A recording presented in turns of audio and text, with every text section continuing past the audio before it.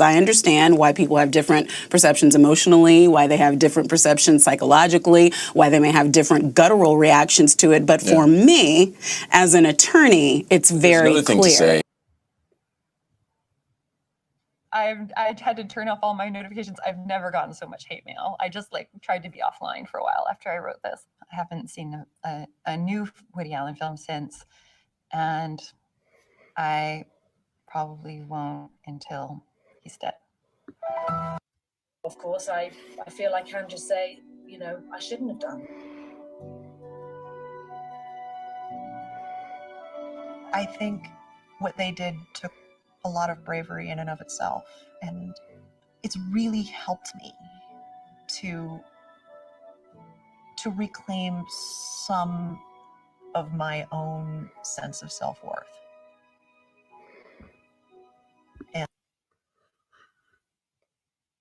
And every message of support that I've received has been a gift.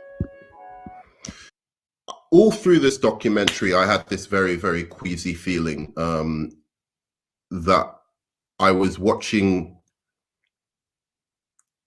not only just an incredibly biased piece of documentary filmmaking that takes no effort to even potentially see things from the other side.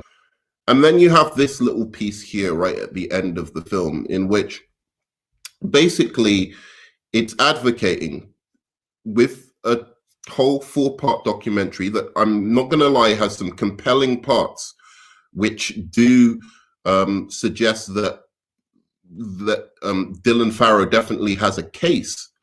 So this documentary is basically a documentary telling you why that even though, and I'm gonna give the documentary the benefit of the doubt in this before I go into some other things, that even though Woody Allen, right, was never brought to trial, and even though the prosecution claimed that they did have, a case, that the case rested on Dylan Farrow's testimony, and that Dylan Farrow couldn't, because she was a child and they were afraid of her being re-traumatized, wouldn't be able to get on the stand and tell her story because she kept going silent when the prosecution,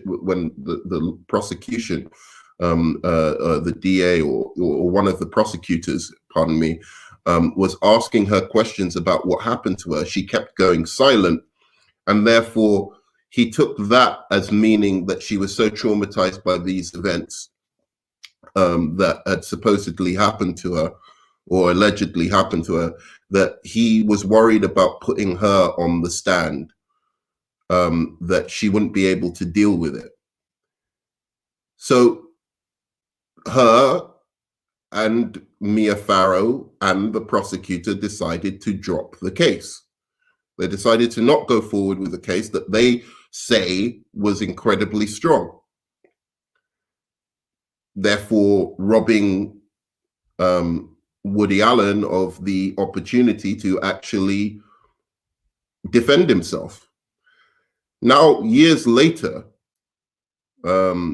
deciding that an accusation is enough to mar Woody Allen's name and put his name in with a number of different other cases that have come up recently, such as Harvey Weinstein, Jeffrey Epstein, who are proven and convicted,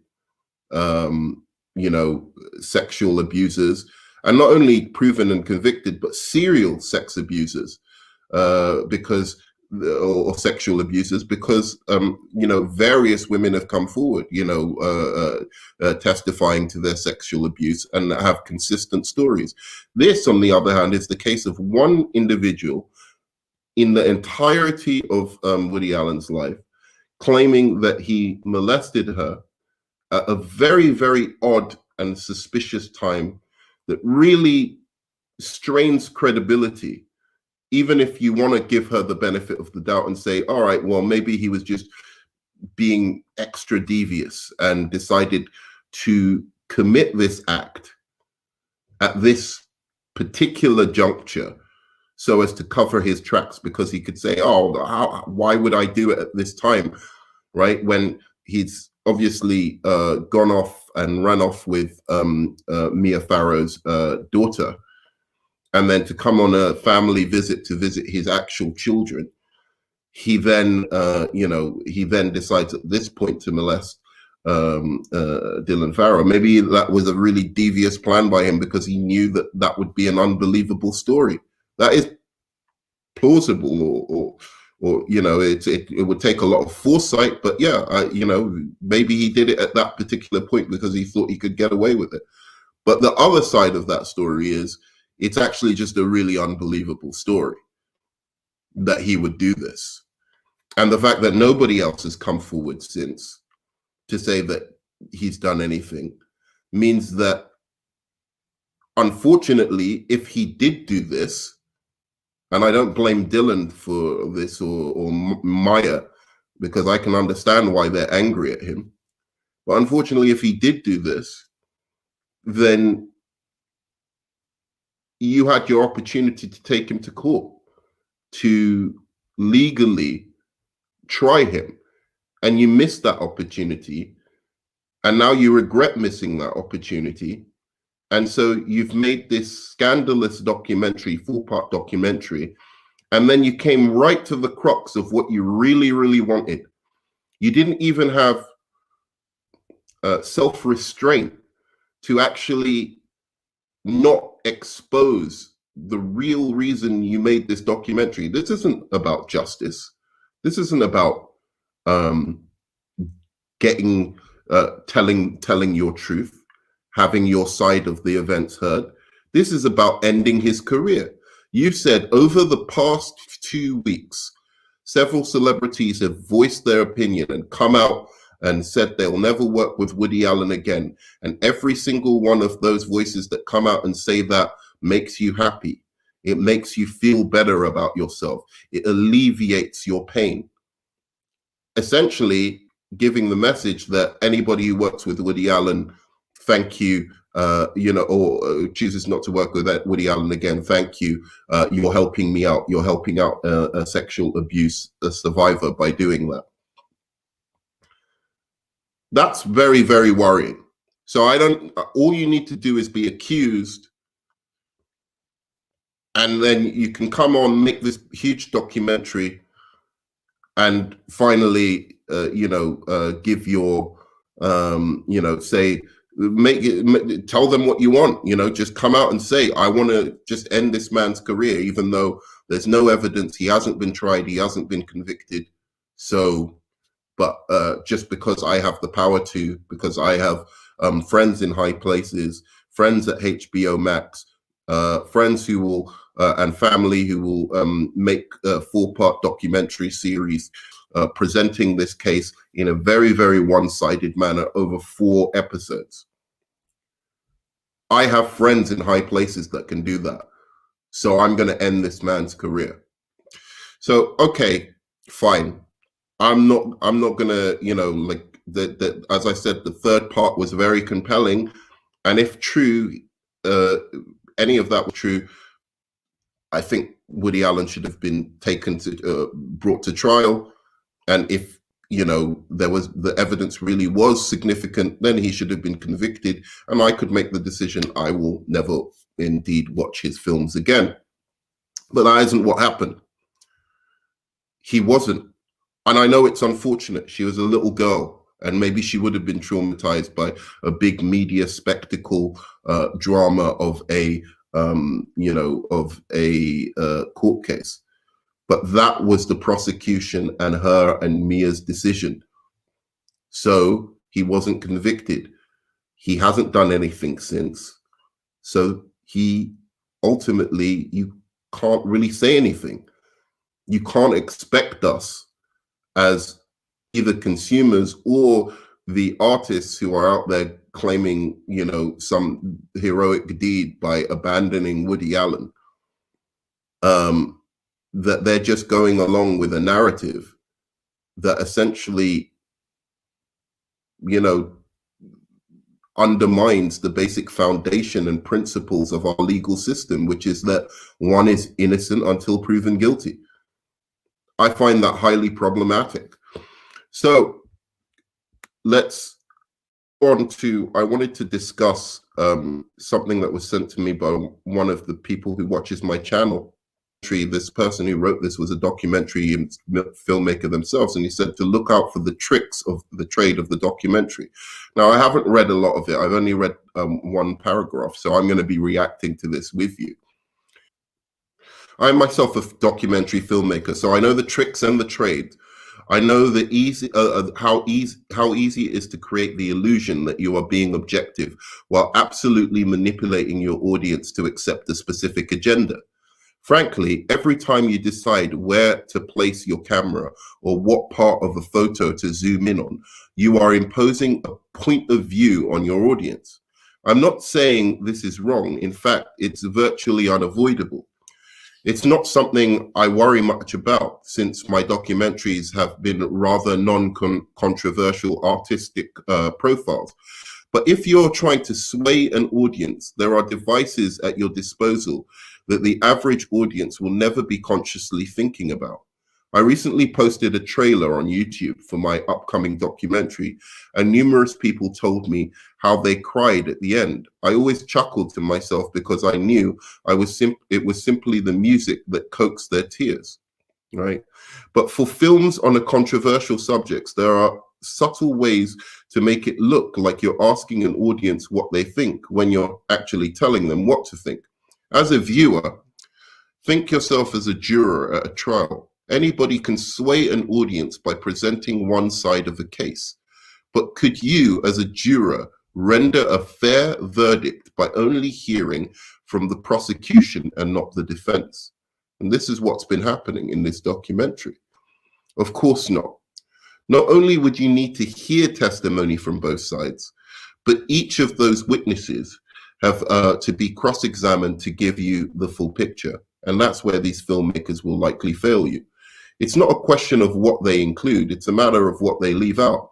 For all the years Mia Dillon and Ronan Farrow have been having their say on mainstream and have had their say on mainstream and social media, I've never seen them put in a position where they weren't in control over who was questioning them.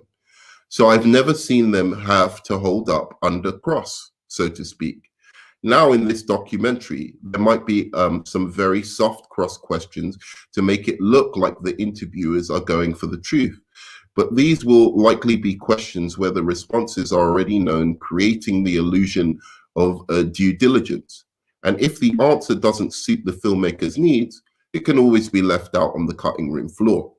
I know several people who could question these three Farrows, plus DA Frank Marco, reporters Maureen Orth and Andy Theobald, and others, that in 5 minutes would turn each of them into the Kane mutiny. So I can't vouch for specifics, but this image was just sent to me, showing me an email detailed 2013 from producer Amy Hurdy, asking someone to participate in a film which would be called The Hunting Ground, about sexual crimes on college campuses, from the same filmmakers behind the Woody Allen series. To encourage their participation, Hurdy clarifies, "We do not operate the same way as journalists. There would be no insensitive questions or the need to get the perpetrator's side. I give them credit for not claiming to be journalists, but also point out that they apparently make no distinction between perpetrators and alleged perpetrators. They alone decide who are the perpetrators, who are the victims, and then go on to act as judge, jury, and executioner. One-stop shopping." This Hunting Ground movie I've already discussed. Something I'm going to discuss later is the issue of race, which is hugely problematic in this documentary, as well as their former documentaries, specifically against young Black males or Black celebrities. Ask yourself why Ronan Farrow blocks anyone who ever questions his statements on Twitter, no matter how polite or well-informed they are. This is the same Ronan Farrow who wrote an editorial for The Hollywood Reporter asking why Woody Allen isn't asked the hard questions.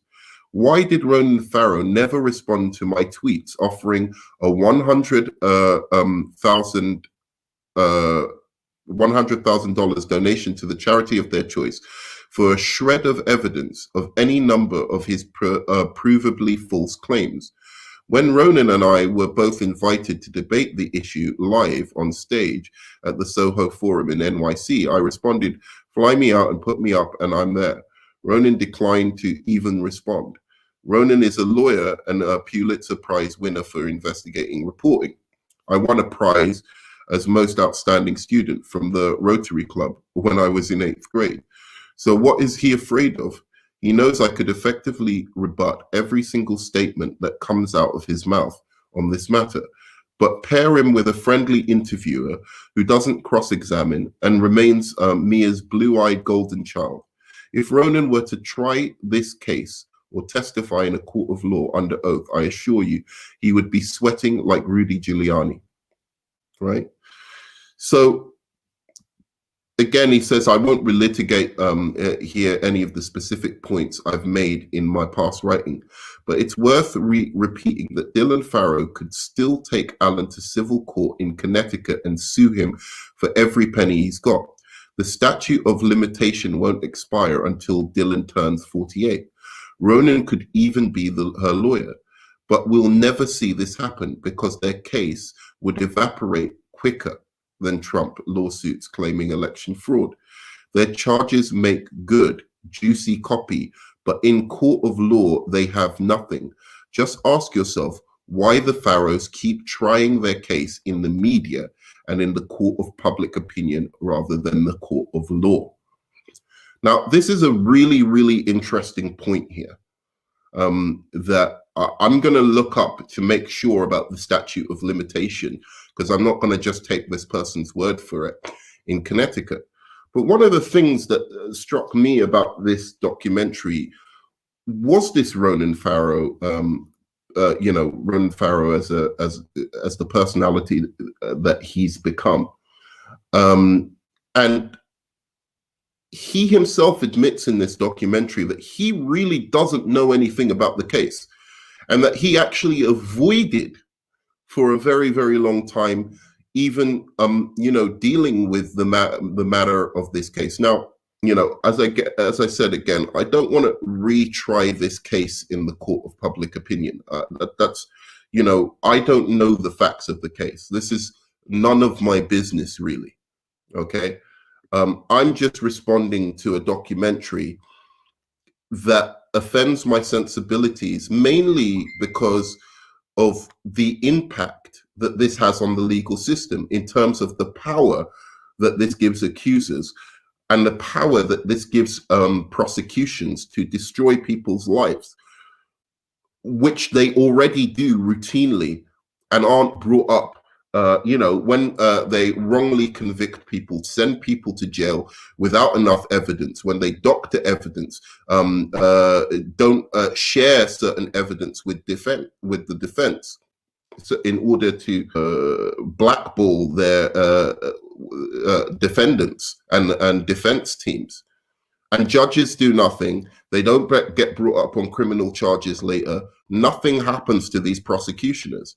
And what a prosecutioner hates more than anything, which I've noticed, is a client, a defendant who has the means to actually stand up to the state.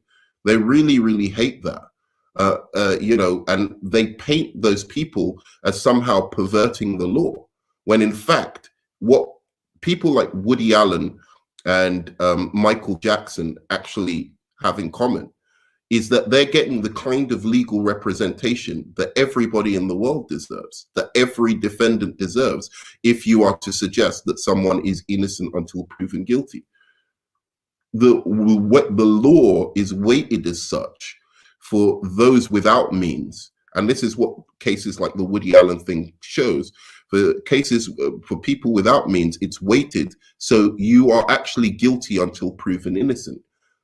And you are still guilty until proven innocent, even if you're somebody like Woody Allen. And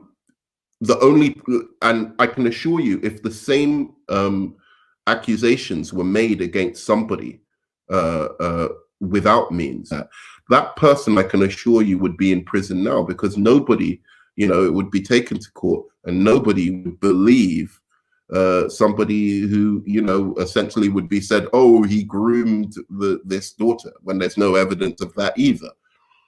Now, I'm not saying I like Woody Allen or think he's a great guy or a great person. I admit I'm a fan of his movies, but that's nothing to do with this.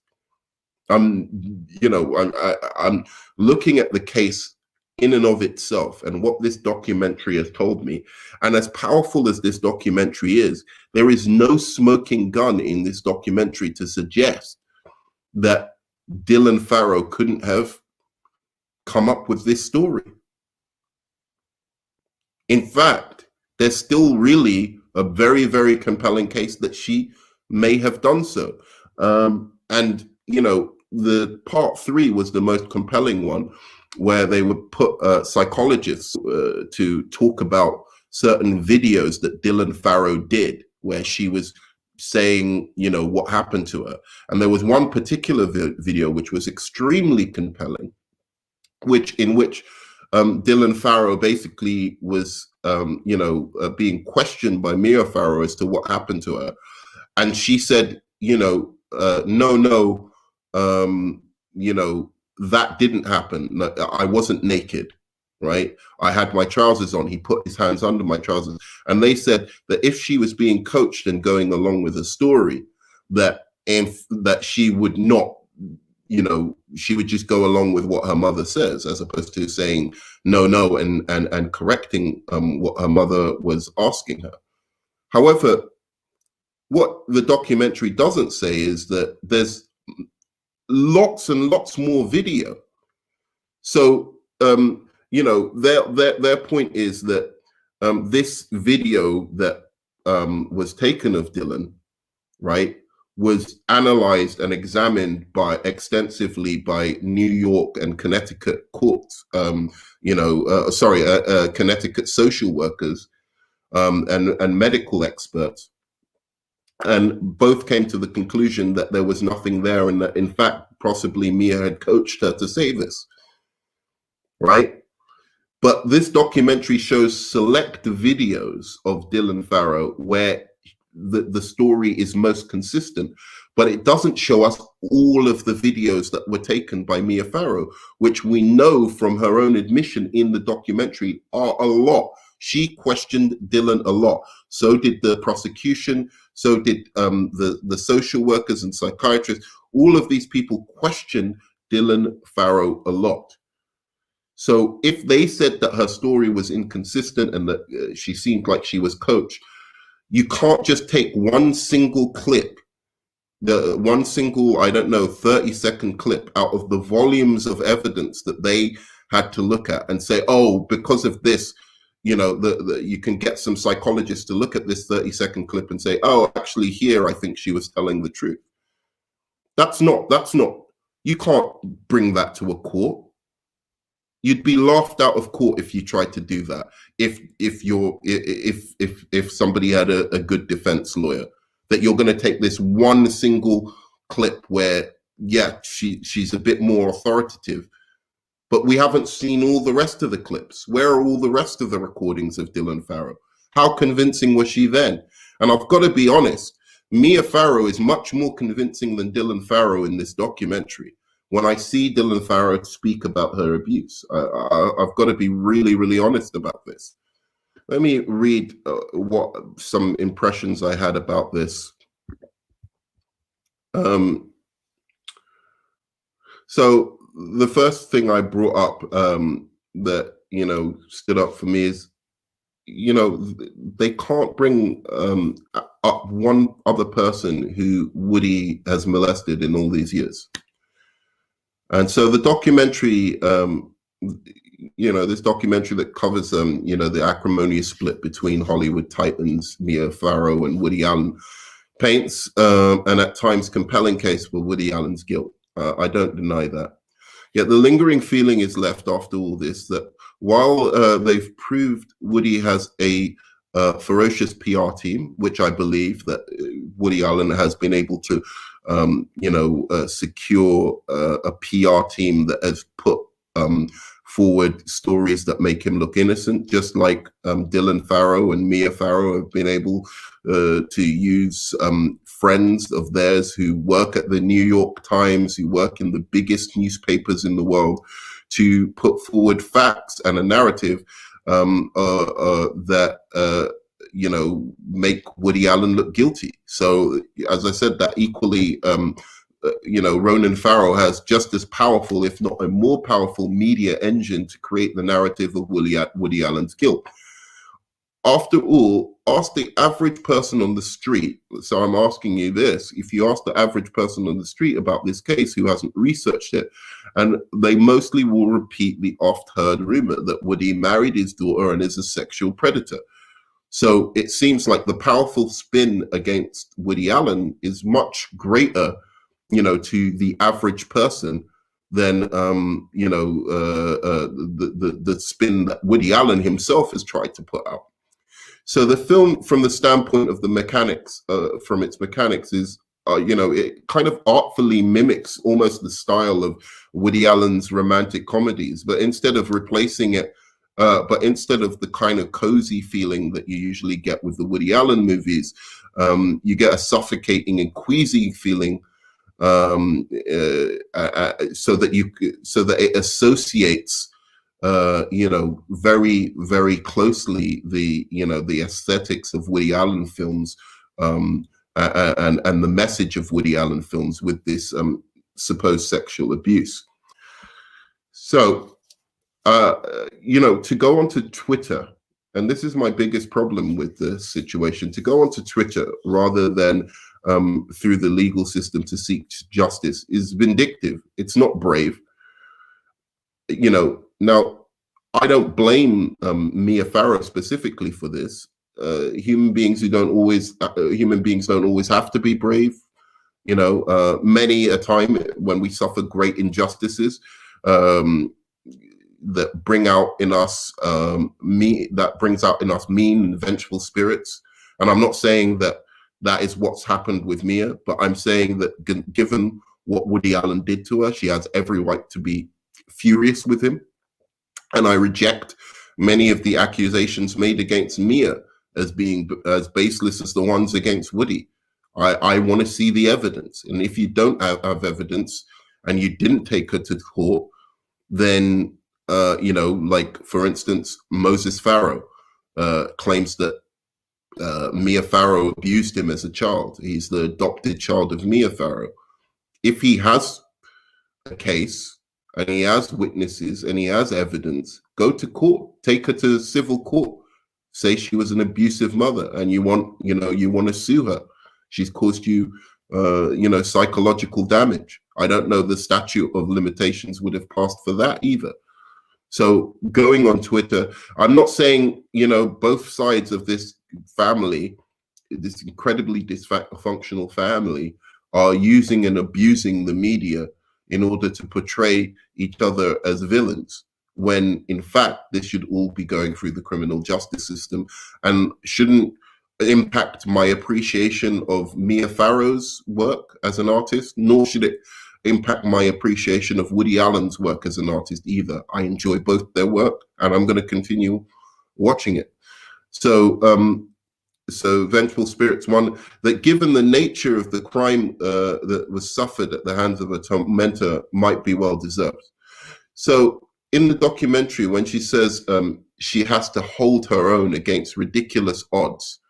So this is one thing that Dylan Farrow said in the documentary that really blew my mind.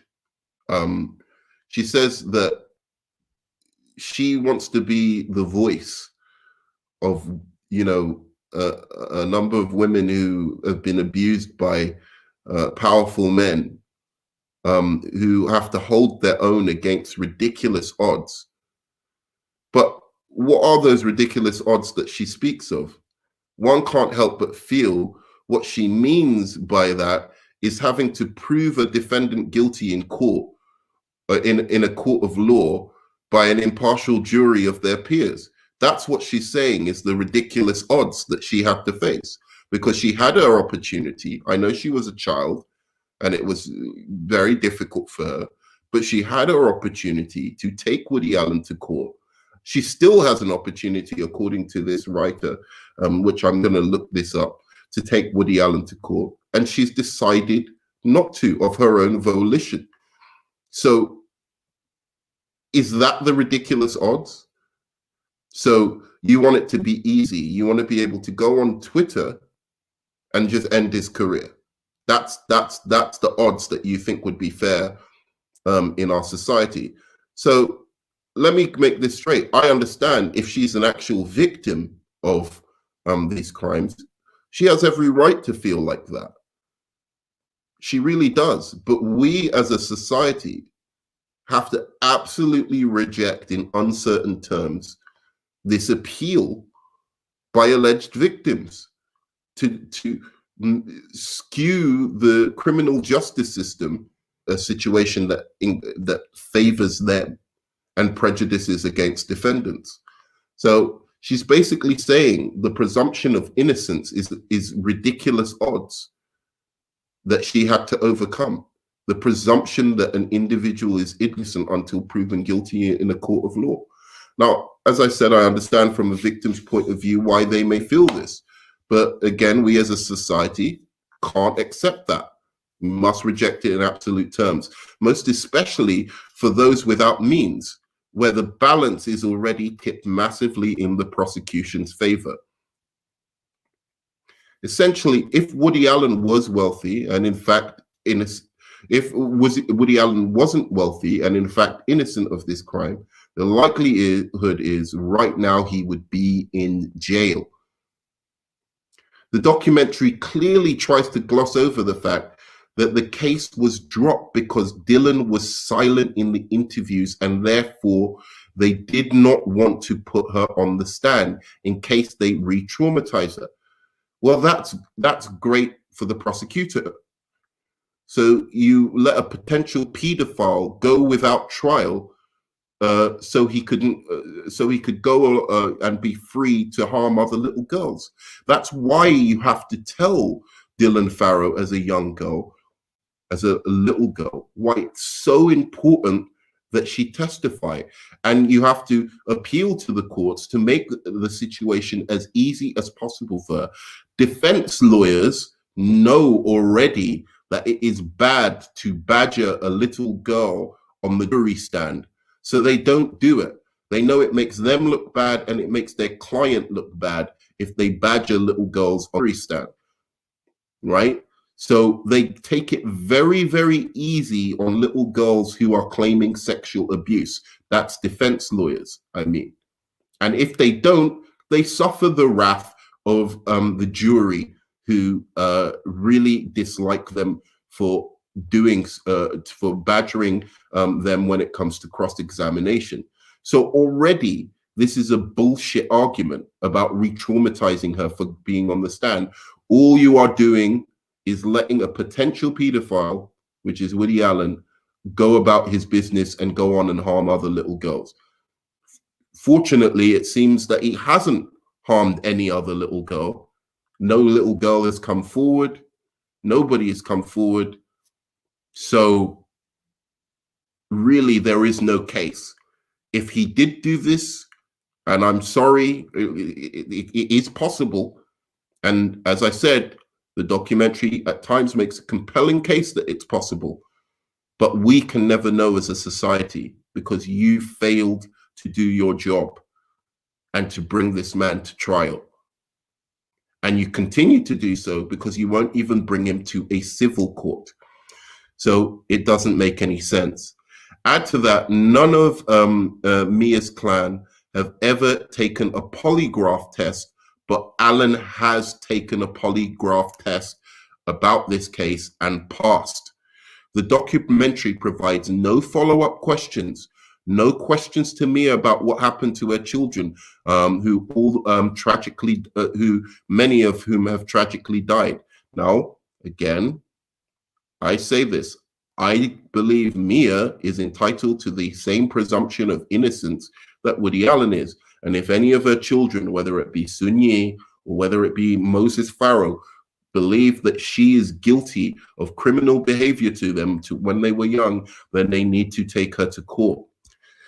So she says this at one point, that she felt that it was important to add her story to the stories of other Me Too victims. And I say, fine, but the media must be balanced against an unconvicted man. They must be. Whenever they report on this case, they must be fair to Woody Allen in the sense that he hasn't been convicted. Retrial by Twitter is not an option. After you or a prosecution decide to drop your case for personal reasons. What I mean by that is that Sun Yi claims abuse. Moses Farrow claims abuse, right? And there are people on the side of Woody Allen, right, who absolutely use them to shield Woody Allen himself. And that's another problem. So if Moses was in fact abused, why are we using that? And Sun Yi was abused. Why are we using that to protect Woody Allen? I have a problem with that as well. Yet, do we even really care about the potential suffering of Moses Farrow and Sun Yi beyond our need, and I'm talking about this in terms of Woody Allen fans, beyond our need to vindicate our suspicions against Mia's motivations so we can sit down and watch Woody Allen movies in good conscience? So I wrote that as a part of a counter to not what the documentary is saying, but what we as or people who are Woody Allen fans do when they use Sun Yi and they use Moses Farrow to bolster their case against Mia Farrow. We're ultimately doing the same thing that this documentary is doing. So this is a harrowing story full of people, I don't much like, who have tons of power and the ability to use the media as a machine to bring down people that they don't like, men that they have an invested interest in bringing down, men they have no idea if they are guilty or not. And that's what I say about Ronan Farrow. By his own biased admission in the documentary, Ronan Farrow took years to go over the evidence as if he was ever going to come to any other conclusion but that Woody was guilty. He then claims 20 years after the event, he combed through evidence and decided by his own authority that his estranged father was guilty and that therefore he and his sister could use his powerful friends in the media and the New York Times to post slanderous and salacious accusations about a man being a child molester, showing only the prosecution side with none of the defense.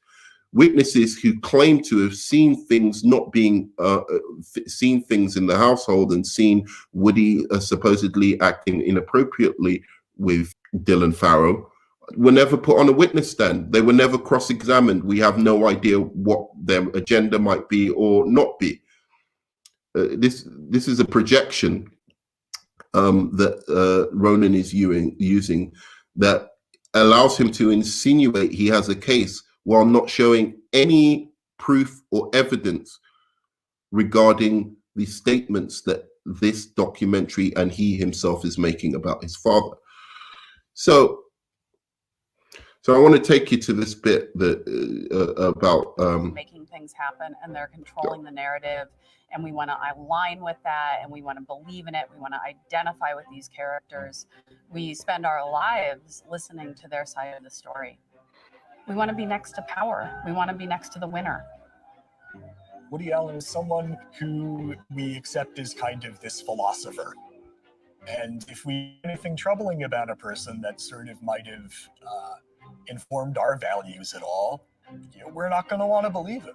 I think so much of this is about like our willingness to not know the thing so that we don't have to deal with it. When you're forced to see, when you're forced to know, it's so dispiriting. It's so hopeless. It's so uncomfortable. It's just easier, right, to opt out and to go back. The movie, your movie, very angry. There have been a lot of people that once they do research and they look into what lies. It's existential to them that they grew up loving Woody Allen. You see it with a lot of fans of individuals who are accused of terrible and serious things in a credible way. About 2 hours. So remember that people who are accused of serious things in a credible way. First person we go to is Michael Jackson. So what is a credible way is the first question I want to ask. Because the only credible way that I know that people can be accused of something is in a court of law. And when they're accused of it, there are two sides. There's a defense and there's a prosecution. And that defense and the prosecution put forward their evidence and put forward their case to the best of their ability to persuade an impartial jury. If it isn't through that, then you haven't got a credible way. A magazine piece, a tweet on Twitter is not a credible allegation or a credible way in which we should therefore change our tastes in artists or people that we admire because somebody has tweeted that they sexually abused them, or that they are a pedophile, or that they're racist, or that they're anything. The credible way to do any accusation is through a court of law. So this Michael Jackson thing is very interesting. I think it's just all fabricated, it's lies. It makes me cross, it makes me very angry. There have been a lot of people that once they do research and they look into what the truth really was, they finally understand what happened to Michael Jackson. Which again is absolutely true. And I'm going to take you to a video in a minute that shows this. That once you actually do an investigation, there was a recent documentary, Leaving Neverland, which, what's happened to Michael Jackson, in my opinion, could be considered comparable, if not worse, in terms of what the evidence actually is, in his case. Now, I feel Michael Jackson's a weird guy, and I think it's perfectly possible that he did abuse children, but they haven't proven it. And in fact, the accusers and the people who've come forward in that specific documentary, there's no credible allegation there. Their allegation is actually one of the most shockingly questionable uses of a documentary, probably much worse than this Woody Allen versus Farrow documentary, to be fair to it, this Woody Allen documentary. But here we go. I think the public has a great deal of trouble believing that someone they like could be a sex offender. The public is very harsh towards sex offenders, as long as they're over there and unlikable. Bill Cosby was my boyhood mentor. There was no one bigger. Over a dozen women have come forward alleging that they've been raped by the legendary comic. So watching this play out over the last few years for a lot of folks, it's very, very difficult. The kind of attachment. So here we go. So here's a man who, for whatever issues I might have with this case, was actually convicted in a court of law. Now, there are many problems with this case, which I'm going to go into. But what I wanted to highlight here in this specific part of the documentary is that ultimately this documentary that was just a voyeuristic gaze into a broken family and nothing more. So everything that it amounted to was in fact innuendo, suspicion, a witch hunt. But we can't leave behind the pathological racism in which this documentary, or in which the documentary makers Amy Ziering, Amy Hardy, and Kirby Dick often stew. This is a problem that happened with The Hunting Ground, another documentary of theirs. There is an issue that these people have with using cases, very, very controversial cases, that perhaps I don't know that they haven't investigated themselves or they haven't looked at themselves, involving black males and black celebrities, and putting them front and center of the faces, the poster boys of the Me Too and Time's Up movement. And this is a big problem I have with them. So we'll deal with the Michael Jackson case first. So this is one of the accusers in the Michael Jackson case for leaving Neverland. And I've read into this case a lot more than I've read into Woody Allen and Michael Jackson a lot more than I've read into Bill Cosby. Bill Cosby, I get the feeling, I very much get the feeling that he's guilty, but it is not my place, because I feel he's guilty, to convict the man in the court of public opinion. But what I will say is that he was tried twice, and the first time he wasn't convicted. The second time, the trial is an absolute joke. What happened to him? I believe he's guilty. I do. I believe that there's some credible cases amongst the many who've accused him. Now, I'm not going to say that for definite, because I haven't looked into it extensively. But I will say this: there were things that happened in the second trial that were hugely prejudicial against Bill Cosby and shouldn't have happened in a court of law. And therefore, I don't count the second trial as a fair and impartial trial. But we'll go to Michael Jackson. And as a kind human being, and as a goal to try. So this is one of the people who eventually ends up coming out and saying Michael Jackson abused them on a documentary, and then tried to sue Michael Jackson for $1 billion. But this is what he had to say about Michael Jackson previously. Repeatedly, that nothing improper ever occurred. He would also go on to defend MJ in numerous interviews before and after Michael died. Are you still friendly with Michael? Yeah, we still talk every couple months, catch up. You do, really? Well, what's he like? What's he like? He's a good guy. Is he a good guy? Nothing ever like that?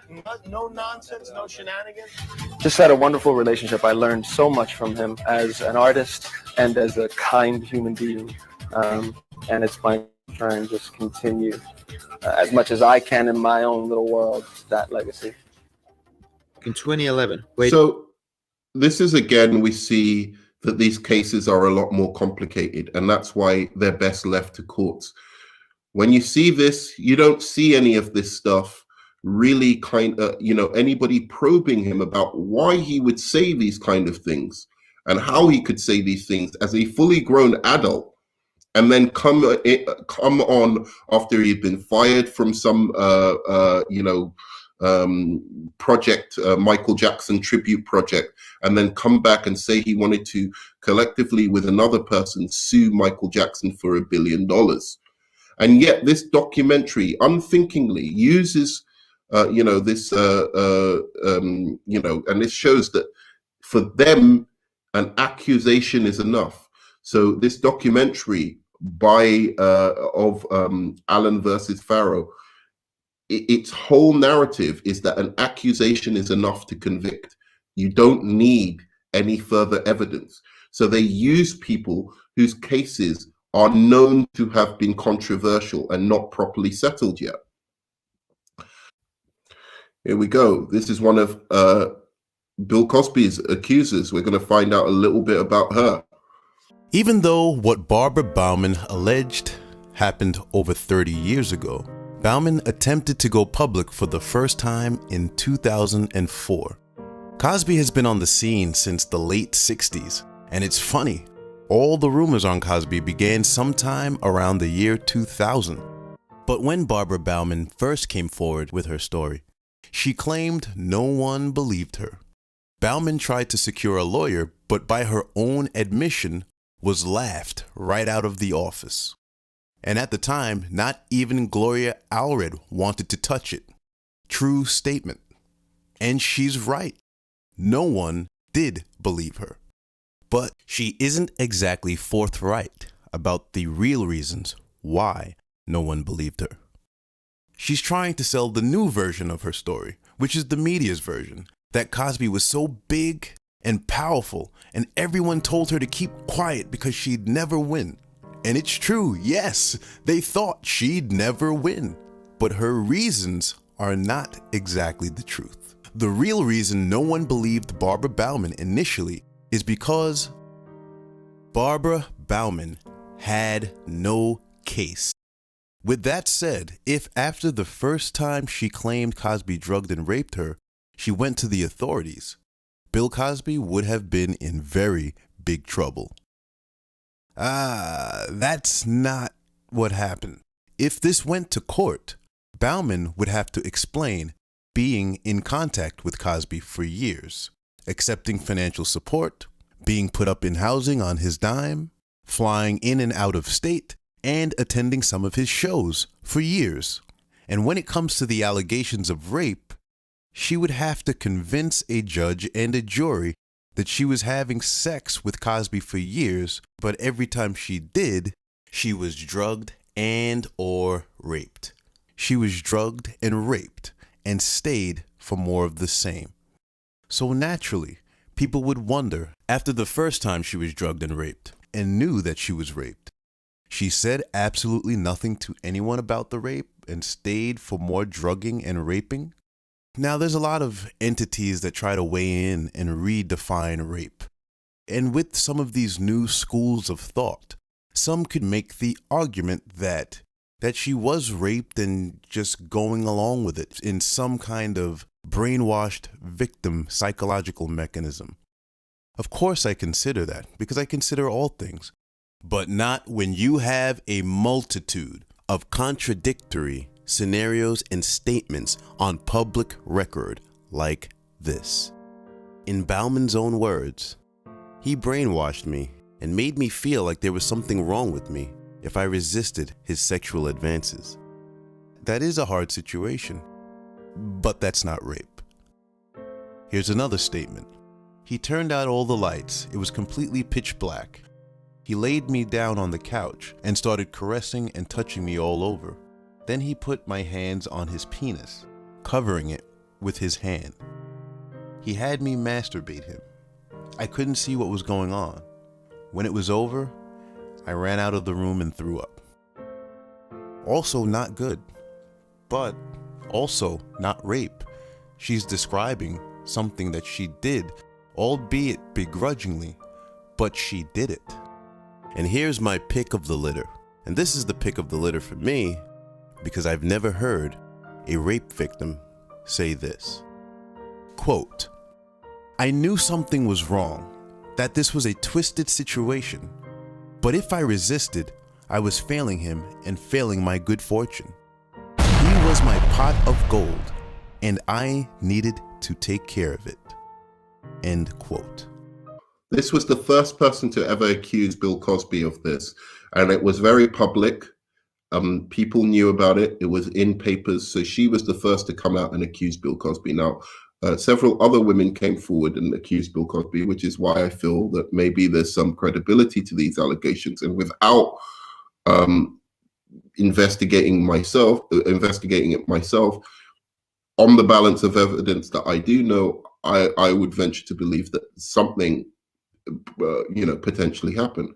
But there's also a very, very good case to make that Bill Cosby was railroaded in the second trial, and that a lot of these women have been proven to be non-credible and to lie. And this is just one example. There are many more examples, but each one of them. I spoke about how the Cosby women can be broken into groups of thirds. In about 30 to 40 women, 1/3 or 10 to 15 women have already been caught in lies. The next third that I covered in the last videos are the women who don't have rape cases, but are going around on TV pretending and speaking as though they were raped by Bill Cosby. If you actually research the cases, there's a long list of these women who were not raped, but alleged to have been touched inappropriately, or Cosby came onto them. But by themselves standing alone, it was absolutely nothing, if it were even true or not. Some of the women in this category are Carla Ferrigno, Christina Rulli, Helen Hayes, Lisa Jones, or Angela Leslie. Right.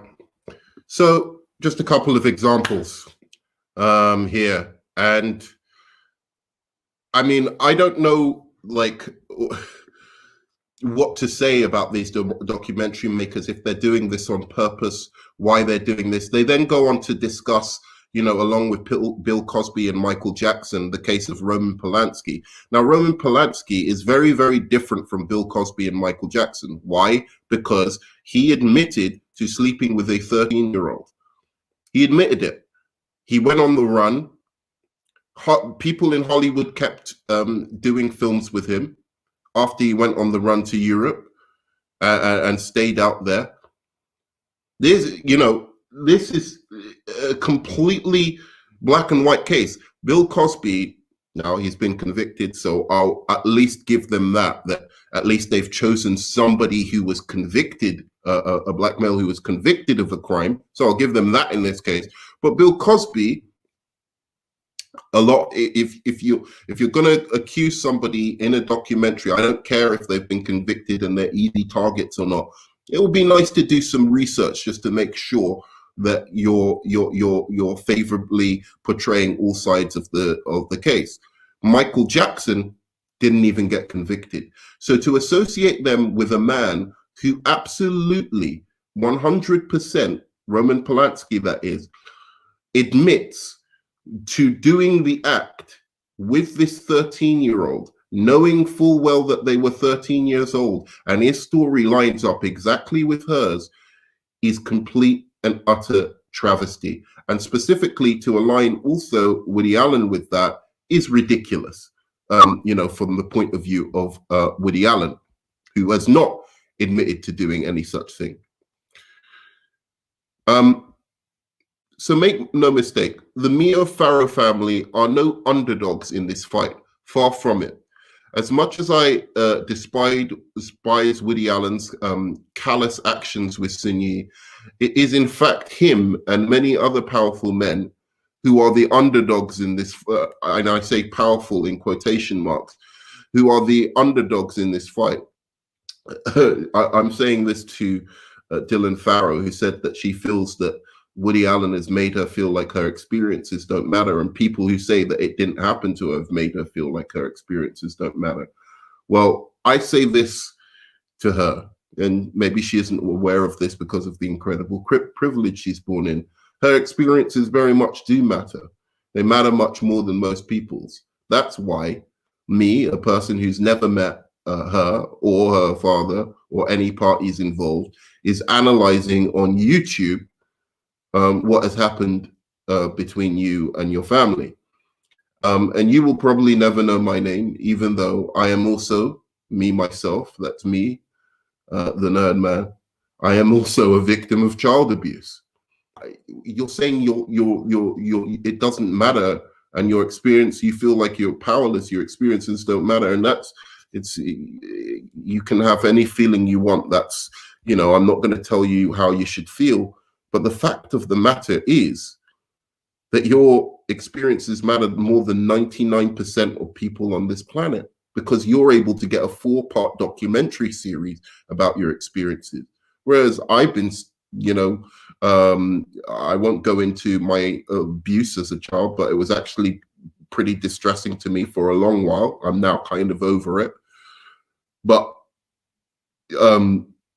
I will never get this kind of documentary. I'll never be able to call my friend at the New York Times and be able to do an expose on the person who abused me.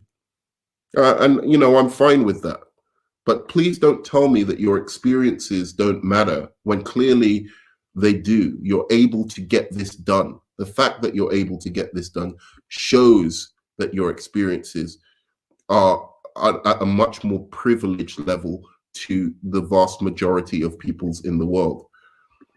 I'd like to finish off just by saying the sum total of this is really that it's none of any of our businesses. None of us know whether Woody Allen did this or not.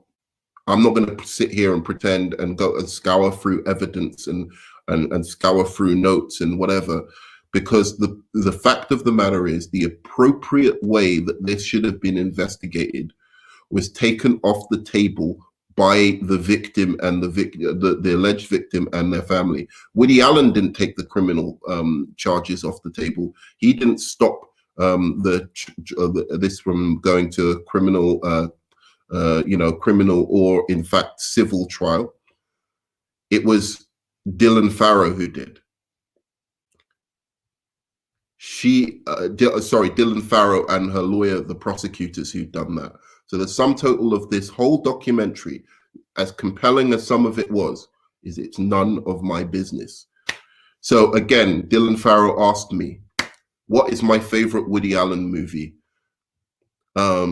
Because when she was younger, something happened to her, or she claims something happened to her. So she challenges me to ask me what is my favorite Woody Allen movie after this. Well, I'll tell you, and I'm proud to say it's Love and Death and Zelig, because the reason I'm saying this is not because I would watch Woody Allen movies even if I thought he was abusing children, but rather because, or even if I knew he had abused children, but rather because I believe a man is innocent until he's proven guilty. So yes, favorite, I recommend it highly. You should go watch it now. Love and Death and Zelig, if you've never seen it before. Thank you. I understand why people have different perceptions emotionally, why they have different perceptions psychologically, why they may have different guttural reactions to it. But for me, as an attorney, it's very clear. And were you one before he hired you? Like when you were just watching the case and following it, were you saying, Mr. Cosby's being wronged here? Oh, that's how I got hired. Yeah. Because I was speaking out and saying that I believe that this is wrong. I believe that our justice system works the way it's supposed to for a reason. I believe in due process. I believe that people are innocent until they're proven guilty. And if you can't prove them guilty in a court through prosecution, then you don't get the option of persecution instead. I don't think that 10, 20, 30, 40 years later, people get to decide to come forward when there is no opportunity, not just for Mr. Cosby to offer a defense for a criminal prosecution, but there's no opportunity for an alleged victim, for an accuser to prove up what actually happened. And that's the thing that I think is really lost in this entire media kind of debate that this has turned into.